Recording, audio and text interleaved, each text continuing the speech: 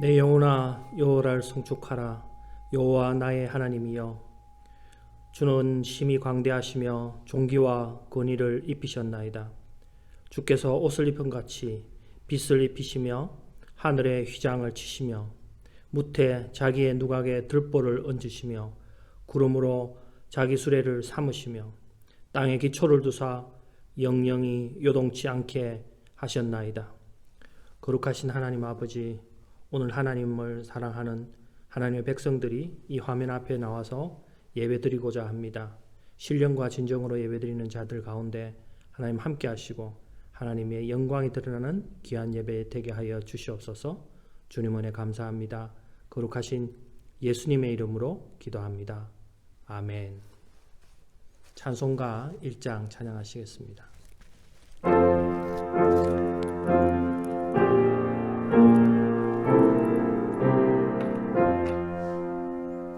만복의 근원 하나님, 온 백성 찬송 드리고 저 천사여 찬송하세. 찬송 성부 성자 성령. 아멘.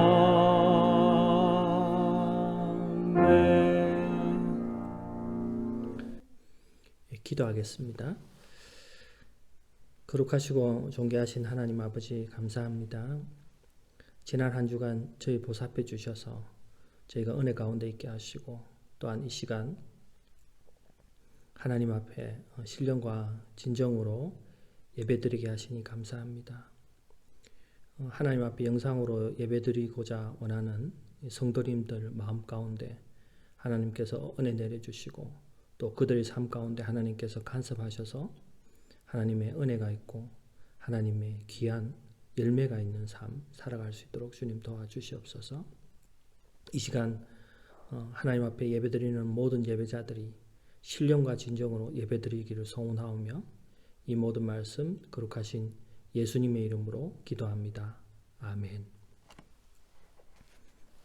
오늘 본문 말씀은 요한복음 8장 12절부터 20절까지 말씀입니다. 같이 한 목소리로 봉독하도록 하겠습니다. 예수께서 또 일러 가라사대, 나는 세상의 빛이니 나를 따르는 자는 어두움에 다니지 아니하고 생명의 빛을 얻으리라. 바리새인들이 가로되, 내가 너를 위하여 증거하니 내 증거는 참되지 아니하도다. 예수께서 대답하여 가라사대, 내가 나를 위하여 증거하여도 내 증거가 참되니 나는 내가 어디서 오며 어디로 가는 것을 알므니와 너희는 내가 어디서 오며 어디로 가는 것을 알지 못하느니라. 너희는 육체를 따라 판단하나 나는 아무도 판단치 아니하노라. 만일 내가 판단하여도 내 판단이 참되니 이는 내가 혼자 있는 것이 아니요 나를 보내신 이가 나와 함께 계심이라. 너희 율법에도 두 사람의 증거가 참되다 기록하였으니 내가 나를 위하여 증거하는 자가 되고 나를 보내신 아버지도 나를 위하여 증거하시느니라. 이에 저희가 묻되, 내 아버지가 어디 있느냐? 예수께서 대답하시되, 너희는 나를 알지 못하고 내 아버지도 알지 못하는도다. 나를 알았다면 내 아버지도 알았으리라. 이 말씀은 성전에서 가르치실 때에 연복의 앞에서 하였으나 잡는 사람이 없으니 이는 그의 때가 아직 이르지 아니하였음이러라. 아멘. 오늘 말씀을 위해서 잠깐 기도하겠습니다. 거룩하신 하나님 아버지, 오늘 하나님의 귀한 말씀을 나누려고 합니다. 이 시간 성령께서 함께 하셔서 성령의 기름을 부어주셔서 이 말씀 가운데 하나님의 은혜가 있는 귀한 시간 되게 하여 주시옵소서. 또한 이 말씀이 전해지는 모든 성도의 삶 가운데 이 말씀으로 하나님의 은혜와 하나님의 열매가 맺어가는 귀한 삶 살아갈 수 있도록 주님 도와주시옵소서. 주님께서 이 예배 가운데 함께해 주심을 감사하며 거룩하신 예수님의 이름으로 기도합니다. 아멘. 예, 우리는 지난주 7장에서 초막절의 의미에 대해서 나누었습니다. 그런데 사실 초막절의 의미가 7장뿐만 아니라 8장까지 연결되어 있습니다. 정확히 말하면 7장의 초막절 설교가 8장까지 연결되어 있는 것입니다. 그런데 8장 초반부에 간음 중에 잡힌 여인에 대한 이야기가 그 사이에 끼어져 있습니다. 성경을 자세히 보시면 7장 53절부터 8장 11절까지 괄호가 쳐져 있습니다. 이뿐만 아니라 예전의 성경에 보면요, 이 부분을 작은 글씨로 기록되어 있습니다. 이 요한복음 초기 사본에는요, 이 7장 53절부터 8장 11절까지 내용이 없습니다. 그러니까 바로 7장과 8장이 바로 연결되어 있는 거죠. 근데 3세기가 지난 요한복음을 보면요, 이 괄호 그리고 작은 글씨로 7장 53절부터 8장 11절까지 내용이 같이 첨가되어 있는 것입니다. 그래서 많은 학자들은 이 8장 초반부의 사건이 3세기 이후에 끼어져 있다고 말씀합니다. 성경은 이 기록한 그 상황을 그대로 해서 우리들에게 표현해서 보여주고 있는 거죠. 그러면 초대교회에서 이 사건을 중간에 끼워 넣은 이유는 이것이 당연히 성경에 들어가야 된다고 생각한 것입니다. 성경에서 이 사건을 꼭 기록했다면 물론 당연히 가치가 있는 내용입니다. 그래서 예전에 저는 이 부분에 대해서 여러분들과 설교로 나눈 적이 있습니다. 그런데 오늘은 이 8장 부분 전체에서 이 7장 53절에서 8장 11절까지 내용은 빼고 8장 전체의 부분을 여러분들과 나누도록 하겠습니다. 그 7장과 8장을 연결해서 여러분들과 나누도록 하겠습니다. 8장을 크게 예수님의 말씀에서 나누어 보면 세 단락으로 나누어 볼 수 있습니다. 첫 번째는요, 빛으로 오신 예수님. 두 번째는 위로부터 오신 예수님. 세 번째는 진리로 오신 예수님입니다. 이러한 예수님의 선언에 대해서 바리새인들은 격렬한 반응을 보이면서 논쟁을 하게 되죠. 그리고 예수님께서 거기에 대해서 반박하시고 하는 내용이 전체 8장에 연결되어 있는 것입니다. 오늘은 바리새인의 어떤 논쟁보다는 예수님께서 자기 선언하시는 그 내용을 여러분들과 나누어 보도록 하겠습니다. 첫 번째는 빛으로 오신 예수님이십니다. 초막절을 지키는 이스라엘 사람들에게 두 가지의 큰 전통 의식이 있습니다. 하나는 물과 관련이 되어 있고요. 다른 하나는 빛과 관련이 되어 있습니다. 7장에서 초막절은 40년 동안 광야에서 하나님께서 반석에서 물을 내시고 구름 기둥과 불 기둥으로 인도하신 것을 감사하는 절기입니다. 초막절은 그런 절기인 거죠.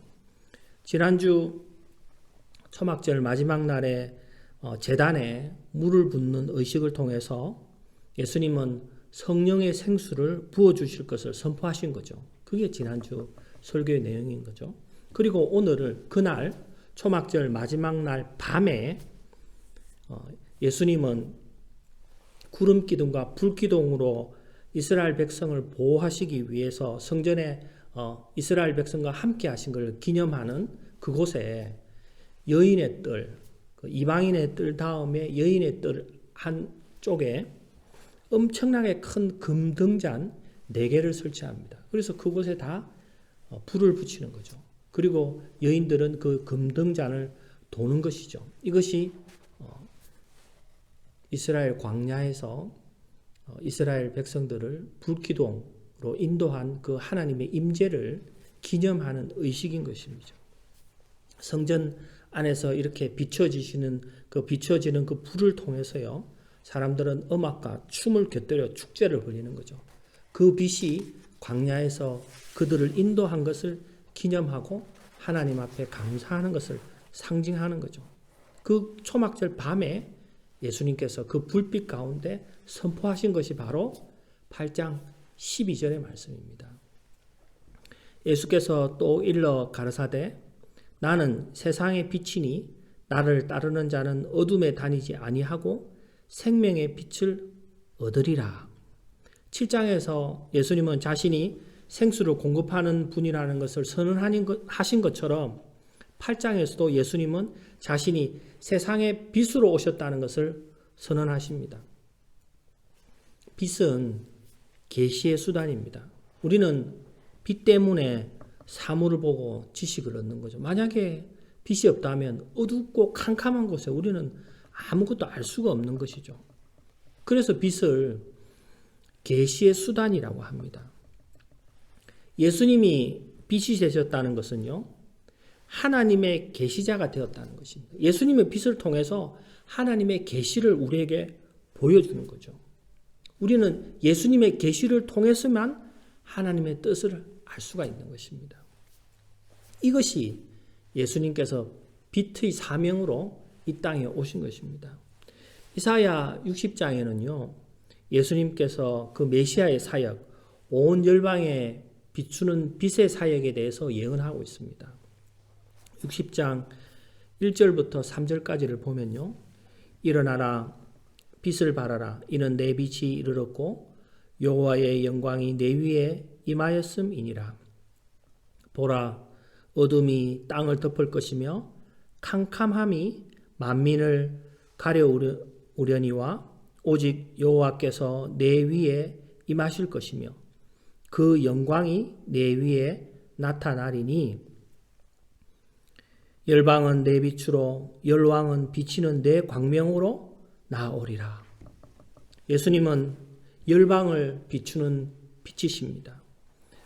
어둠이 덮고 있는 이 세상에 예수님은 광명의 빛으로 이 땅에 오셨습니다. 예수님은 세상을 어둠이라고 말씀하셨습니다.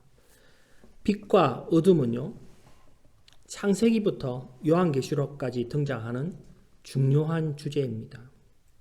예수님의 빛은 우리에게 구원을 얻게 하는 방법입니다. 우리는 예수님의 빛을 통하여 눈이 열리고 진리를 깨닫고 하나님으로 나아갈 수 있는 길이 열리는 것입니다. 이제 예수님은 그 빛을 우리에게 나누어 주셨습니다. 예수님이 성령님을 보내셔서 우리는 성령의 빛을 통해서 하나님의 말씀을 깨닫고 성령의 계시의 빛을 통해서 우리를 인도하십니다.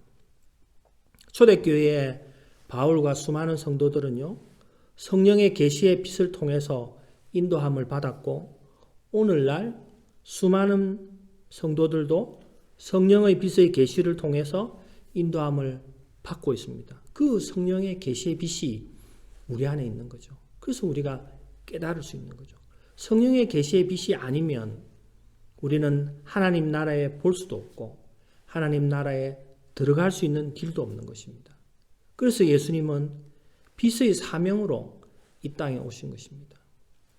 12절을 다시 보면요, 예수께서 또 일러 가라사대 나는 세상의 빛이니 나를 따르는 자는 어둠에 다니지 아니하고 생명의 빛을 얻으리라. 여기서 생명의 빛을 얻으리라. 이 생명의 빛이 바로 성령님이십니다.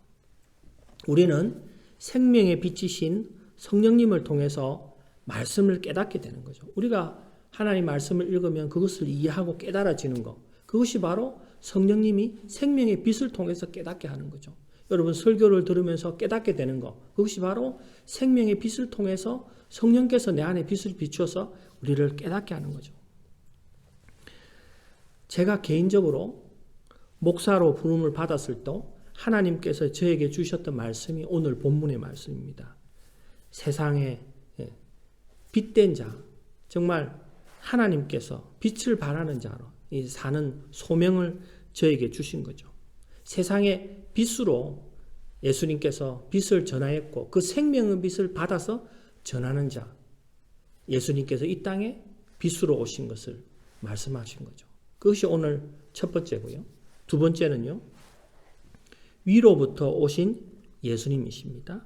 23절에 보면요, 예수께서 가라사대 너희는 아래서 났고 나는 위에서 났으며 너희는 이 세상에 속하였고 나는 이 세상에 속하지 아니하였느니라.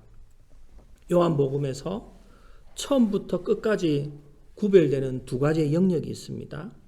아래와 위입니다. 예수님은 위에 하늘에 속하십니다. 우리와 위치가 다른 거죠. 빛과 어둠이 공존할 수 없는 것 같이 예수님의 영적인 위치는 다릅니다. 그래서 예수님은 니고데모에게 위에서 다시 태어나야 한다고 하셨습니다. 거듭남에 대해서 말씀하신 것입니다. 우리는 부모에게서 태어났지만 이제 하늘로부터 다시 태어나야 하는 것입니다. 위로부터 다시 태어나지 아니하면 우리의 구원은 없는 것입니다. 그러면 우리가 어떻게 위로 다시 태어납니까? 요한복음 3장 5절에 보면요, 예수께서 대답하시되 진실로 진실로 내게 이르노니 사람이 물과 성령으로 나지 아니하면 하나님 나라에 들어갈 수 없느니라. 우리가 하늘로부터 다시 태어나는 것은 물과 성령으로 나는 것이라 말씀하셨습니다. 이것이 위로 다시 태어나는 것입니다. 이것은 예수님만이 주실 수 있는 것입니다. 위로부터 오신 그 예수님만이 주실 수 있는 것입니다. 세상의 어떤 종교도 줄 수 없는 것입니다. 또한 우리는 위로 태어나게 하신 그 예수님은 우리를 고아와 같이 내버려 두지 아니하시고 성령님과 함께 하도록 하십니다. 요한복음 14장 16절에 보면요, 내가 아버지께 구하겠으니 그가 또 다른 보혜사를 너희에게 주사 영원토록 너희와 함께 있게 하시리니.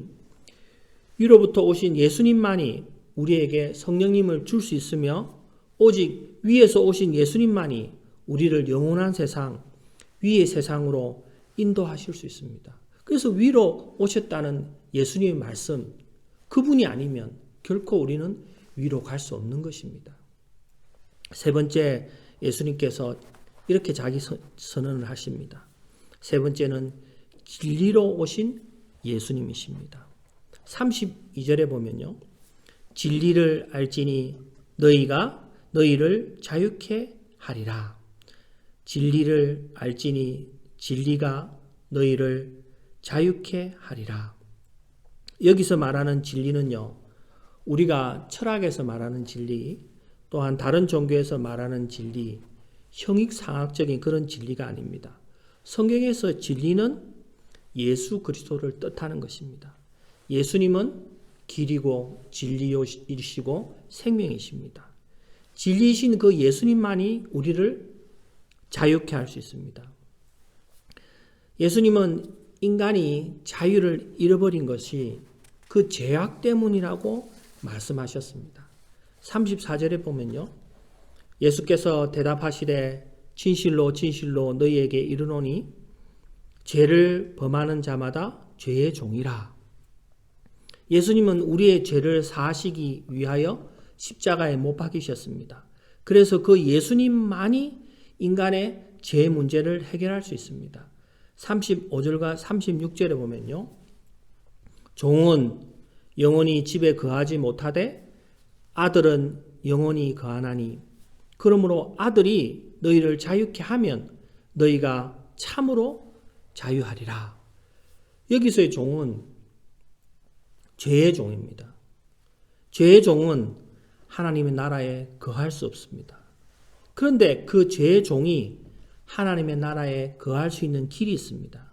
아들이 죄의 종을 자유롭게 해주면 하나님의 나라에 거할 수 있습니다. 죄의 종은 자신의 자신이 죄인인 것을 깨닫고 예수님을 인격적으로 만나고 그분을 믿을 때 영원한 그 집에 들어갈 수 있습니다.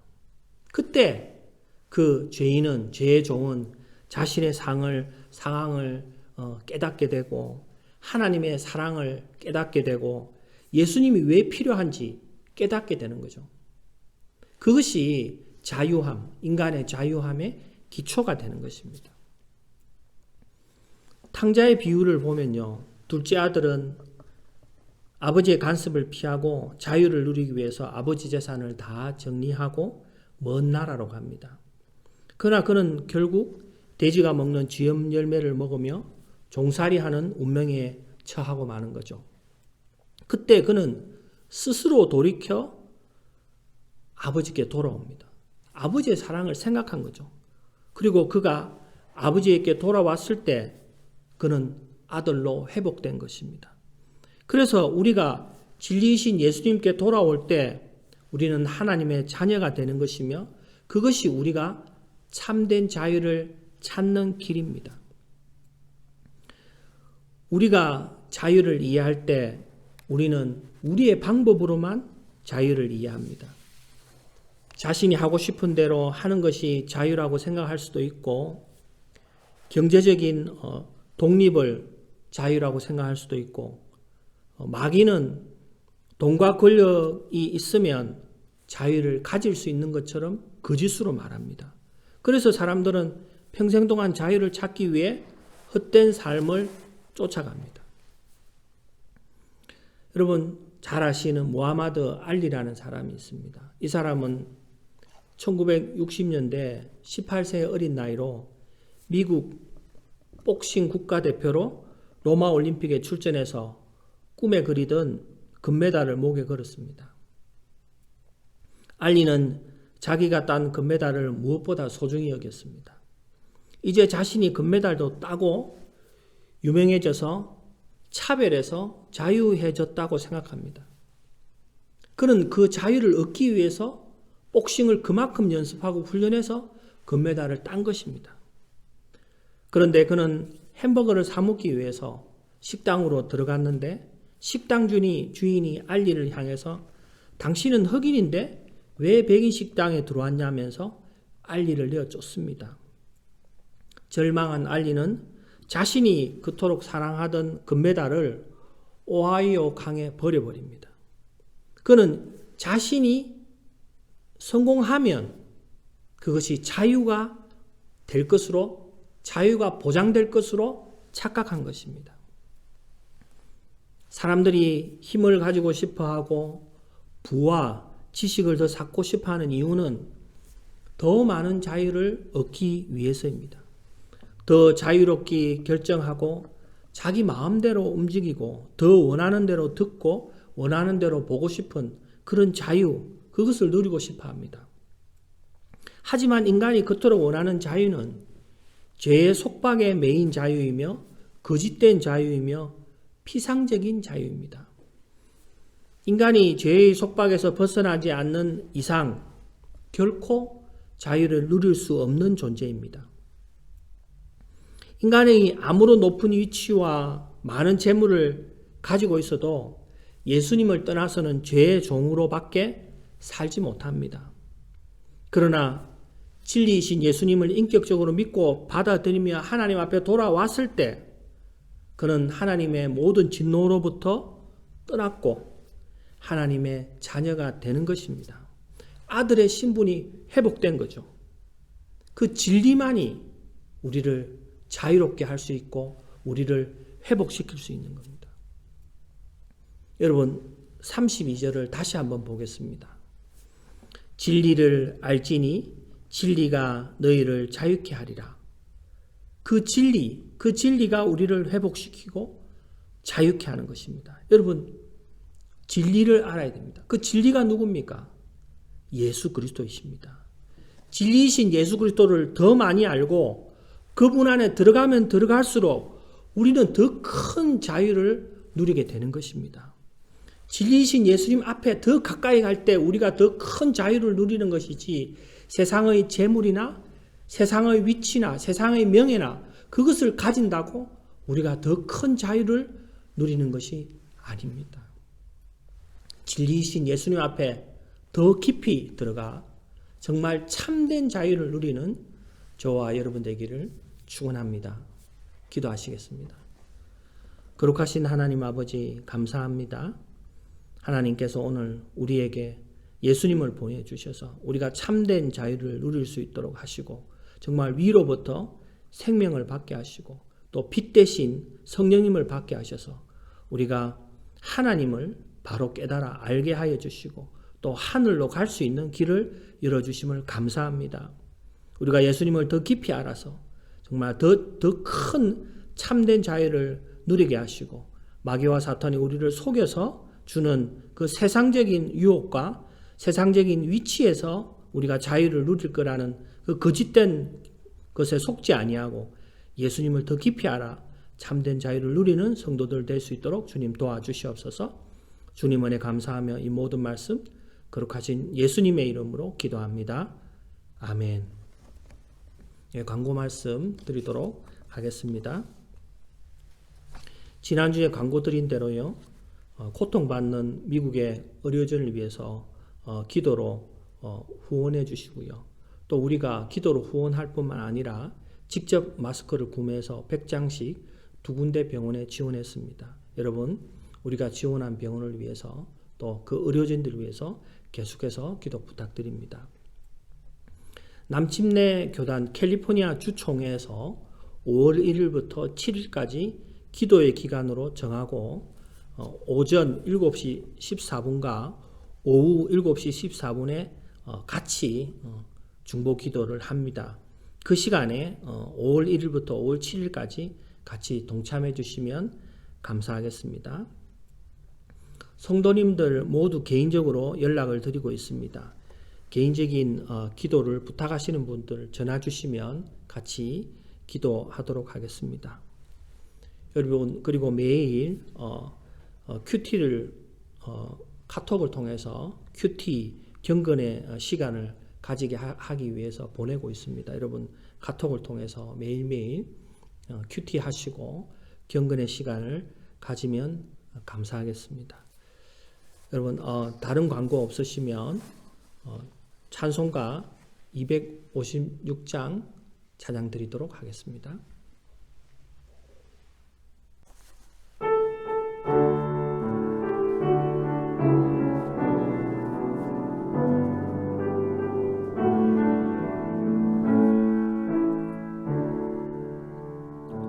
눈을 들어 하늘 보라.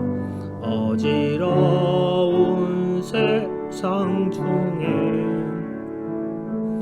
곳곳마다 상한 영의 탄식 소리 들려온다. 빛을 잃은 많은 사람 길을 잃고 헤매이며 당자처럼 기진하니 믿는 자여 어이할꼬. 눈을 들어 하늘 보라. 어두워진 세상 중에 외치는 자 많건만은 생명수는 말랐어라.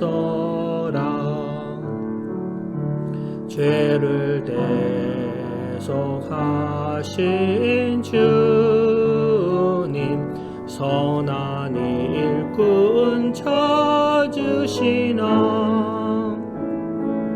대답하리 어디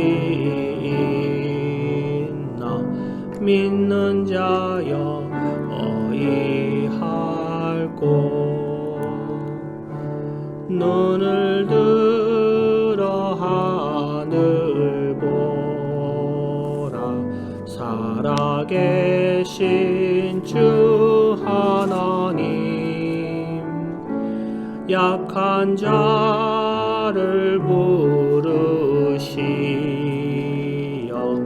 하늘 뜻을 전하셨다.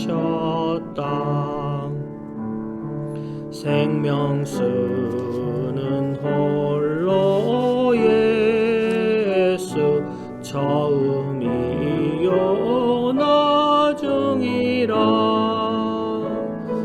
주님 너를 부르신다. 믿는 자여 어이할꼬.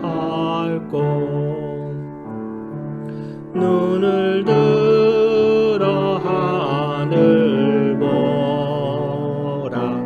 다시 사신 그리스도, 만 백성을 사랑하사 오래 참고 기다리셔. 인내하신 우리 구주, 의의 심판하시는 날 곧 가까이 임하는데, 믿는 자여 어이할꼬.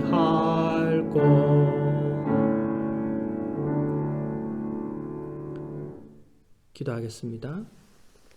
지금은 길이요 진리요 생명 되신 예수 그리스도의 크신 은혜와 세상을 이처럼 사랑하사 독생자를 내어주신 하나님 아버지의 만극하신 사랑과 성령의 감화 감동 새롭게 하심이 오늘 영상 앞에서 예배드리는 성도들 머리 위에 이제부터 영원까지 함께하기를 예수님의 이름으로 간절히 축원합니다.